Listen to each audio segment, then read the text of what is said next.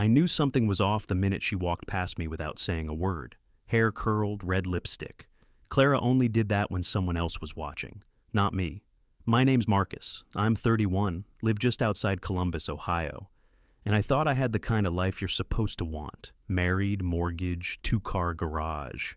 I worked in logistics for a medical supply company, steady job, decent money.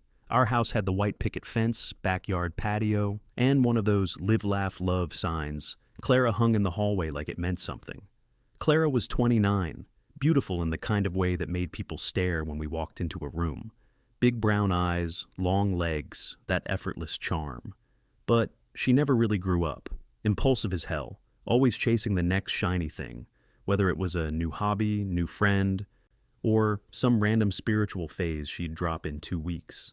Still, we looked perfect on paper. Every Sunday brunch was a filtered selfie. Every date night, a highlight reel. People said we were goals, and for a while, I let myself believe it. But the truth was, things were flat. Conversations went in circles. Sex was routine. Her attention span was shorter than a TikTok video. We didn't fight, but we didn't connect either. We were roommates who took the pictures together. Then Adrian came back, her ex-husband. Yeah, ex. They got married stupid young, right out of high school, and divorced 2 years later. No kids, no drama, or so I thought. He moved out of state, disappeared for a while.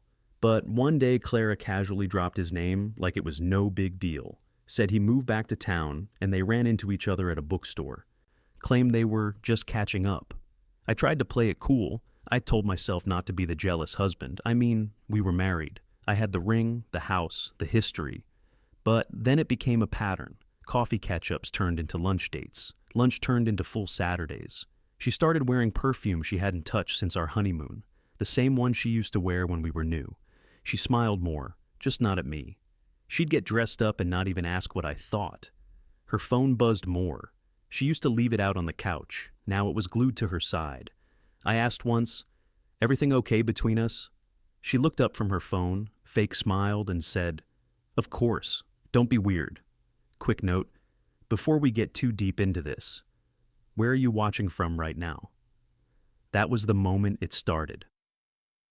The slow unraveling of everything I thought was solid. I wanted to believe I was being paranoid, but deep down, I knew. I was already being replaced, and I didn't even see it happening. That Saturday, we were supposed to hit the farmer's market, grab breakfast after, our usual weekend thing. Instead, Clara came downstairs in jeans so tight they looked painted on, and boots she only wore when she wanted to be noticed. I asked, "You ready to go?" She didn't even pause. "Oh, I forgot. Adrian invited me to a pop-up art thing downtown. I told him I'd swing by." That was it. No apology, no, "Do you mind?" Just a throwaway line like I was a coworker she had to cancel on. I blinked. "You're ditching our plans for him?" "It's not like that, Marcus. He's going through some stuff. Divorce number 2, actually. We're just friends." I swallowed the heat rising in my chest. "You didn't even tell me till now." She waved it off. "I figured you wouldn't care." She was already halfway out the door. The next few weekends were rinse and repeat. She'd cancel brunch to grab coffee with Adrian, or disappear for hours with no heads up. She stopped asking me to take pictures of her outfits, started snapping selfies in the car instead.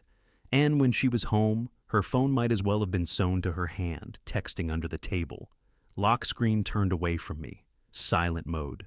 I'd walk into a room and feel her energy shift, like I'd interrupted something that wasn't meant for me. One night, I asked her directly, "What's so funny?" She didn't look up. "Just Laya, memes." Laya, her best friend since high school. The human echo chamber. Clara could say the sky was orange, and Laya would say, "Honestly, that's your truth." A few days later, I ran into Laya at the grocery store. She hugged me like nothing was off. "So, Clara and Adrian," I said casually, watching her face. She rolled her eyes. "Oh my God, Marcus, stop being paranoid. It's not a Hallmark movie. Exes can be friends, you know. Friends who hang out more than married couples." She smirked. "Maybe you should hang out with her more." That shut me up. I left with a cart full of nothing I needed. Jordan, my best friend since college, noticed before I said a word. We were at a bar watching the game, And when I mentioned Adrian, he just raised one eyebrow, slow, deliberate, like he didn't need to say it out loud. You ever met the guy? I asked. Jordan sipped his beer. Don't need to. I stared at the screen. Clara says I'm overreacting. He leaned back. You're not. But if you call her out without proof, you're just the insecure husband. So, be smart. Watch. That pissed me off. How right he was. So I waited. I kept playing the calm, trusting husband, kept swallowing the little cuts. One night, Clara walked past me in the kitchen, phone in hand, smiling at something she didn't share. I stood there, holding 2 plates for dinner she'd forgotten we were supposed to eat together. She paused. Oh, I told Adrian I'd meet him at the wine bar. Rain check? I didn't answer, just scraped the chicken into a Tupperware and walked it to the fridge. That's when it hit me. I wasn't her husband anymore. I was her placeholder. She laughed louder for Adrian than she ever did for me. She wore perfume for him. She showed up for him, and for me. I got shoulder shrugs and missed dinners. I tried to tell myself it was harmless, that nothing physical was happening, that maybe she just needed a friend and Adrian was filling some emotional gap. But every night she chose him, that gap between us stretched wider. She came home one night drunk, dropped her purse, and collapsed on the couch like she lived alone. Her phone lit up next to her. Adrian. Wish you'd stayed longer? I stood there staring at it, fists clenched. She looked up, blinking slowly. Why are you looking at me like that? I said nothing. I just picked up the phone, handed it to her, and walked upstairs without saying a word. She didn't follow. The next Saturday started like a trap. Quiet, calm, almost peaceful. Clara was upstairs getting ready. Music playing from the bathroom speaker. Some upbeat indie garbage she only blasted when she was excited about where she was going. I already knew. I was sitting on the couch with 2 mugs of coffee, trying one last time to pretend this was still normal. She came down wearing a short cream dress she hadn't touched in over a year, hair blown out, earrings that matched the gold strap on her heels, and that perfume again, same scent she wore the night I proposed. You look nice, I said carefully. Thanks, she said, grabbing her purse without looking at me. I tried to stay calm. Thought we'd do that trail you liked, grab sandwiches after. She blinked like she'd forgotten I lived there. Oh, I told Adrian I'd meet him around noon. He's been in a rough patch lately. I stared at her. You serious? She frowned. What? You're bailing again? For his rough patch? She crossed her arms. You know what? I don't need this passive-aggressive guilt. He's going through something, and I'm just being supportive. That's it. No, Clara, you're being something all right, but it sure as hell isn't just supportive. She laughed, short and sharp. Wow, so now I can't even be kind to people? I stood up. You haven't been kind to me in weeks. She shook her head, turning toward the door like I was the one being dramatic. If you don't trust me with Adrian, maybe we shouldn't be together. That line. She tossed it out like it meant nothing. Like she didn't just pull the pin out of the grenade and drop it in our living room. I didn't raise my voice. I didn't make a scene. I just looked her dead in the eye and said, You're absolutely right. She blinked. Wait, what? I don't trust you. Not anymore. And I'm done pretending I'm okay with this. She narrowed her eyes. Marcus, come on. Don't be... I cut her off. Go to Adrian's. She stared like she expected me to beg. I didn't. She left without another word. I watched her drive away, then walked upstairs, pulled out the company laptop, and opened the email I'd been sitting on for months.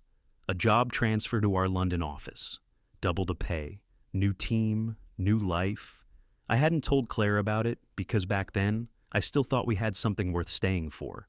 I clicked accept. That was it. No big emotional meltdown, no hesitation. Later that night, she came home like nothing happened, tossed her heels in the corner, peeled off her lashes, walked past me like I was furniture. I looked at her, calm as ever. I'm moving to London, she paused. Wait, what? Got a job offer, took it. She laughed, confused. What are you talking about? I accepted the transfer, tonight. Are you kidding? I stood up. I leave in 3 weeks. She stared at me, trying to gauge if I was bluffing. I wasn't. I'd already booked the flight. Marcus, stop, she said. You're being childish. No, I said. I've just stopped pretending this marriage is something it's not. She blinked hard, like the words hit slower than they landed. You're not serious, she said again, voice lower. I didn't answer, just walked past her, grabbed a beer from the fridge, and headed to the bedroom. I heard her on the couch, not moving. Probably trying to figure out if this was real, if I'd really meant it when I said she was right. I did, and I wasn't looking back. She knocked on the bedroom door the next morning like she lived in a stranger's house. I was already up, tossing folded shirts into a suitcase on the bed. She peeked in. Hey, can we talk? I didn't stop packing. Sure. She hovered in the doorway like she was afraid to come in. About last night. You were upset, I get it. But you're not really moving to London, right? I zipped the suitcase. I am. She blinked. You accepted it? Without even talking to me? I didn't think I needed your approval. Her voice pitched up. Marcus, come on. This is insane. We just had a fight. No, I said. We've been having the same fight for months. You just never stuck around long enough to hear it. She stepped in, arms folded, shifting into anger. You don't get to just run away from your wife. I'm not running. I'm choosing peace. Oh, that's rich, she snapped. You blindsided me with this like I'm some side character in your little rebirth story. I pointed to the door. You chose Adrian over and over. I gave you time, space, trust. You threw it in my face. Nothing happened, she shouted. Doesn't matter. You left this marriage emotionally 6 months ago. I'm just catching up. She stared at the suitcase. You've been planning this, haven't you? I've had the offer since April. Her jaw dropped. April? I nodded. Back when I thought we still had something worth staying for. She looked like I'd smacked her. Then she sat on the bed, breathing hard. Okay, wait. Let's slow down. We can go to therapy or take a trip, just us. Reset. I shook my head. I'm past resets. She jumped up. So you're really ending our marriage over some texts? I stepped around her and opened the closet. No, I'm ending it because I've been invisible for a year, and you didn't even notice. She followed me into the hallway. Where am I supposed to go? I boxed your stuff. It's by the front door. She stopped cold. Excuse me? I kept walking. You think you can just kick me out? Her voice cracked, rage and panic all tangled up. I pulled a manila folder from the kitchen drawer, tossed it on the counter. Lease is in my name, always has been. She flipped through it, desperate, like she'd find a loophole. This is our house, she said, barely holding it together. No, Clara, it's mine, and I don't owe you a second more of this fake partnership. She paced the kitchen, hands shaking. This is abuse. You can't just box me up like a delivery. I didn't answer. I went back to packing. 20 minutes later, her mom and sister showed up like they were staging a damn intervention. Marcus, her mom said, forcing a polite smile, surely we can talk about this calmly. I'm calm, I said. Her sister Leah looked around the living room. Seriously, you're just throwing her out? I'm asking her to leave. I've already given her more grace than she ever gave me. Her mom stepped forward. You two are just going through a hard time. Everyone does. Clara told us she made mistakes, but nothing, I cut in. She made her choice. Now I'm making mine. Clara sat on the couch with her head in her hands. No more yelling, no more bargaining. Leah's voice dropped. Don't you still love her? I looked at Clara, mascara smudged, hands trembling. The girl who used to own every room she walked into now looked like a ghost in her own story. I did, I said, but she's not that person anymore, and neither am I. No one had a comeback for that. An hour later, they left. Her mom offered a final, please reconsider. I didn't answer. That night, I finished packing, left her half the dishes, half the towels. Everything else was already boxed and labeled. Clara stood by the front door, clutching her purse like a life raft. You're really doing this? She whispered. Yeah, I said. I really am. Then I opened the door and held it wide. The next morning, Jordan showed up at my place with a box of donuts and a look that said, You're going to want to sit down for this. I barely opened the door before he walked in, phone in hand. Check this out. You still on the fence about Adrian? He pulled up a group chat. Some guys Jordan knew from a fantasy football league. Apparently, one of them was tight with Adrian. The messages were screen-capped, date-stamped, undeniable. Adrian. She's married but still obsessed. I told her I was bored and she showed up in a sundress. Easy. Adrian. Her husband's clueless. Man thinks he's got a golden retriever when he's got a pit bull in disguise. Adrian. Yeah, we hooked up. She cried after like I ruined her or something. Felt kinda bad. Not really. I didn't speak. Just kept scrolling. Jordan's voice was low. I wasn't gonna show you, but you deserve to know. I nodded once. Print those out for me. He raised an eyebrow. You sure? I want it in my hand. No excuses. No, you misunderstood. I'm done playing polite. That night, Clara came back with her mom, Leah, and, shock of the century, her Aunt Ruth. Like a damn parade of guilt. Her mom had a casserole dish in her hands like she thought we were staging a sitcom reunion. Clara started soft. Marcus, I know things got out of hand. We said things we didn't mean, but we can fix this. I said nothing. I set the printed screenshots down on the kitchen table, face up. They all leaned in. Clara's smile fell like a curtain. What is this? Ask Adrian. She snatched the papers up. These are private messages. Yeah, I said. Between him and 5 other guys. Real intimate. Her mom looked between us. What are we looking at? Your daughter's affair. In Adrian's own words. Leah moved closer. Her face dropped as she read. Clara, you said nothing happened. Clara's voice was tight. These are out of context, I laughed. He literally said you hooked up. Her aunt looked sick. Jesus. Clara looked at me, eyes pleading. Marcus, come on, he's an asshole. You can't take anything he says at face value. But I'm supposed to believe you, the woman who's been lying to my face for months? I didn't, she started, then shut her mouth. She couldn't even finish the lie. Her mom sat down, eyes glazed. Leah stepped back like the floor had shifted. The room was dead quiet, except for the sound of Clara's hands trembling as she folded the papers. I was lonely, she whispered. I didn't mean for it to go that far. That line would have worked 6 months ago, I said. Now it's just pathetic. She didn't respond. No more defense. No more fake tears. Her mom stood up slowly. We should go. They left in silence. No casserole. No hugs. Just 3 women who finally realized the party was over. Word got around fast. Jordan told a few mutuals. They told a few more. The group chats went quiet on Clara's side, and I stopped getting any passive-aggressive texts from her friends. Guess they read the receipts too. The next morning, I grabbed my suitcase, locked the door behind me, and didn't look back. Flight to London was smooth, no turbulence, not even in my chest. London was the clean break I didn't know I needed. New job, new flat, new air.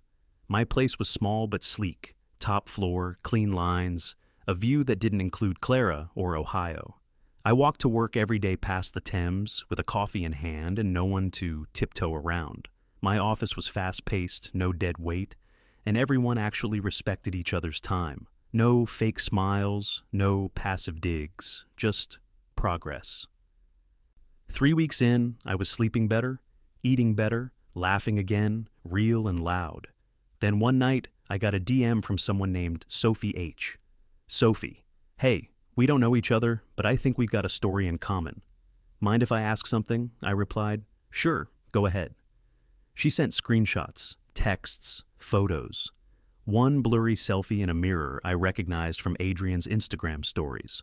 Sophie, that's me. I was Adrian's girlfriend for over a year while he was messing with Clara. I stared at the screen, jaw clenched. It figured. Sophie. He told me Clara was just emotionally fragile and needed support. Then I found messages, dates, nudes. I typed, he's garbage. I'm sorry you dealt with him. Sophie. Don't be. I'm nuking his life tomorrow. And she did. The next day, Sophie posted a full story on her page. Screenshots, receipts, dates. She tagged Adrian, Clara, and even used the before and after meme format. Clara with filters versus Clara without. It was brutal. Turns out Adrian had been stringing 3 women along at once. Sophie, Clara, and some girl in Tampa he met on a business retreat. Clara wasn't even the main affair, just one stop on the tour. Then came the nickname. One of Sophie's followers commented, "He was reading all those women like a book. Guess that's why he called it his book club." It stuck. By the end of the week, Adrian was book club across every group chat and Reddit thread in our circle back home. Clara's name came up too. Screenshots of her flirty texts, crying apologies. Even a voice memo she sent Adrian where she said, "I just want to feel wanted again." That got reposted with the caption, "Not like this, queen." Clara, of course, tried to pivot. Her Instagram turned into a Hallmark meltdown. Cryptic captions like, "Healing isn't linear," and "Sometimes the heart has to break to open." But no one was buying it. Laya unfollowed her. So did 3 of her old brunch crew. Her cousin dropped a comment under one post. "Maybe start by not sleeping with someone else's boyfriend." Jordan sent me the screenshot. I just sent back a thumbs up. Whatever sympathy Clara was fishing for dried up fast. Turns out people don't like cheaters, especially second-place cheaters. Meanwhile, my life was on the up. I started hitting the gym again, went to happy hours, met normal people who didn't talk in riddles or compare trauma for fun. I even joined a pickup basketball league, first time in years. Felt good to sweat without tension in my chest. Clara, she kept posting, kept spinning. But the comments went quiet. Even her mom stopped liking her stuff. Funny thing about the truth, once it's out, nobody cares about the filters anymore. Clara didn't go quiet, she doubled down. After the Sophie scandal, she tried to flip the script again. New profile pic. Long captions about letting go of ego and reclaiming feminine energy. All while posting thirst traps from Planet Fitness with some tatted-up trainer named Bryce. Every other story was a gym boomerang or a protein shake with Gyams Healing Gerlera. Jordan texted me, "She's 3 yoga sessions away from launching a podcast." I didn't even reply. Bryce became her latest rebrand. Shirtless selfies, mirror pics, late-night sushi dates. She even dragged him to her cousin's engagement party and introduced him as someone who actually shows up. 2 weeks later, she walked in on him showing up, just not for her. Found him in her bed with some 21-year-old receptionist from his gym. Walked in holding Chipotle, dropped it on the carpet, didn't even scream. She didn't post for 2 days. That's how I knew something broke. Then, at 3:11 a.m., my phone buzzed. "Clara, I just want to say I'm sorry for all of it. You didn't deserve what I did. I was weak and stupid and scared. I hope London is good to you." I stared at it for a minute. No anger, no adrenaline, just nothing. I put my phone back down and went to sleep. 3 days later, Sophie messaged again. "Sophie. So, side note, you might get a laugh out of this. My friend works for the IRS. I raised an eyebrow. Sophie. Apparently Clara's been self-reporting fake wellness business losses on her taxes since 2018, just to get bigger returns. She posted about it in a Facebook group I'm in, bragging. My friend flagged it. I laughed out loud. Me, you're joking, Sophie. Not even a little. Audit's been opened. Enjoy the show. That show got real fast. Clara posted a vague story with the caption, "When the system comes for a woman, they don't understand." Then it all came crashing in. She got hit with a penalty fine, lost her apartment. Her old company, where she freelanced part-time, dropped her, said her online reputation didn't align with their brand. She tried to move in with Laya, got ghosted, ended up back at her parents' place in Hilliard, Ohio. Same twin bed she had in high school, surrounded by old Jonas Brothers posters and bad decisions. Jordan sent me a picture someone had tagged her in, blurry shot from a CVS, no makeup, hair in a mess. Wearing pajama pants and flip-flops, no filters, no captions, just real life. He added, "Damn, book club and tax club, double major." I didn't reply to that either. I didn't need to. I was stepping out of the office halfway through replying to an email on my phone when I heard my name from across the street. "Marcus!" I looked up. Froze. It was Clara, hair longer, slimmer face, same fake smile, but the panic behind it was louder than the traffic. She crossed the street like she owned it, nearly got clipped by a taxi. "I've been trying to find you for days," she said, breathless. "How the hell did you find me?" LinkedIn, she said quickly. Please, can we just talk? I should have walked away, but I didn't. 10 minutes, I said. There's a cafe around the corner. We sat across from each other with coffee between us. Her hands were shaking. She hadn't touched her drink. You look good, she said, voice small. I sipped mine. You flew to London for that? She winced. No, God, I don't know what I'm doing. I messed everything up. That's not news. She looked up. I'm not looking for sympathy, Marcus. I just needed to say it to your face. I ruined everything. I know that now. I stayed silent. She kept going. The stuff with Adrian? It wasn't worth it. He treated me like trash. Bryce cheated. I tanked my career. I burned every bridge I had. And you were the only person who ever gave a damn. You didn't think that while you were lying to my face every weekend. I know, she said quickly. I was selfish and stupid and scared. And now I'm alone and broke and... She paused, dropped her eyes. Pregnant. I raised an eyebrow. From who? She hesitated a second too long.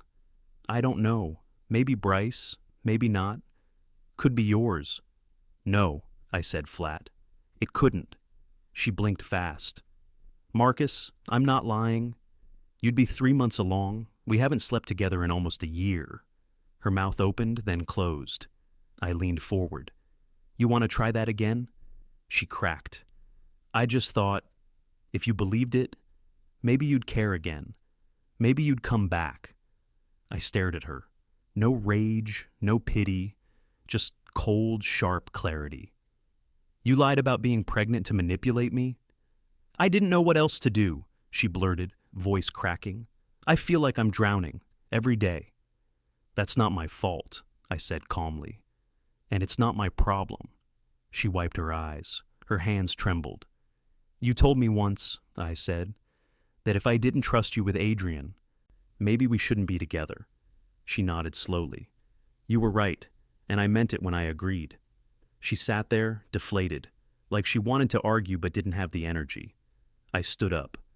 I wish you luck, Clara. I really do. But this, I waved between us. This is done. She didn't follow me when I walked away. This time, she knew better. I'd just gotten back from a late gym session when I saw the building's front door open and a familiar voice say, Nah, babe, trust me. This place is perfect. I froze halfway up the stairs. Adrian. He walked in like he owned the place, arm wrapped around some tall blonde in Lululemon and AirPods. She laughed at something he said, tossed her hair, and glanced at me like I was a doorman. He noticed me last. Oh, Marcus, small world. I looked at him, deadpan. Didn't know rats were migrating. He chuckled like it was all good fun. This is Chloe. She just moved here from L.A. Chloe smiled. Hi, you guys know each other? Too well, I said, and walked past without another word. Turns out he'd moved into the same damn building, 2 floors below me. Ran into him in the lobby, the laundry room, even the elevator once, always with that smug look like none of it ever caught up to him. But karma has a schedule, and it showed up right on time.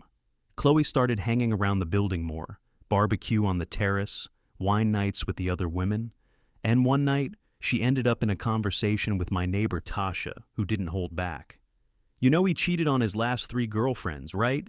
She said loud enough for everyone to hear, and lied about being divorced when he wasn't. Next morning, our building's WhatsApp group lit up like fireworks. Chloe.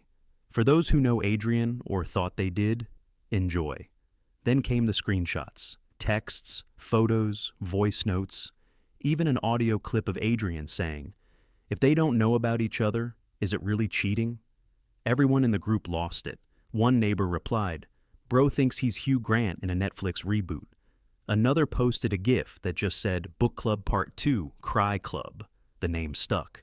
That week, Adrian couldn't walk through the lobby without heads turning. No one talked to him. No one invited him out. Chloe was gone before sunrise, left his key on the front desk with a note that said, Lose my number, coward. He tried to spin it, of course. She overreacted, he told a guy in the gym. Jealousy makes people crazy. Nobody bought it. I passed him once near the mailboxes. He was hunched over, hoodie up, barely making eye contact. You look smaller, I said. London not treating you right? He didn't answer, just kept walking. That same night, I got a text from a number I hadn't saved, but recognized instantly. Clara? Now I know how you felt. That was it. No hi, no follow-up. Just 7 words soaked in regret. I didn't reply. She made her bed. Now she was lying in the cold space Adrian left behind.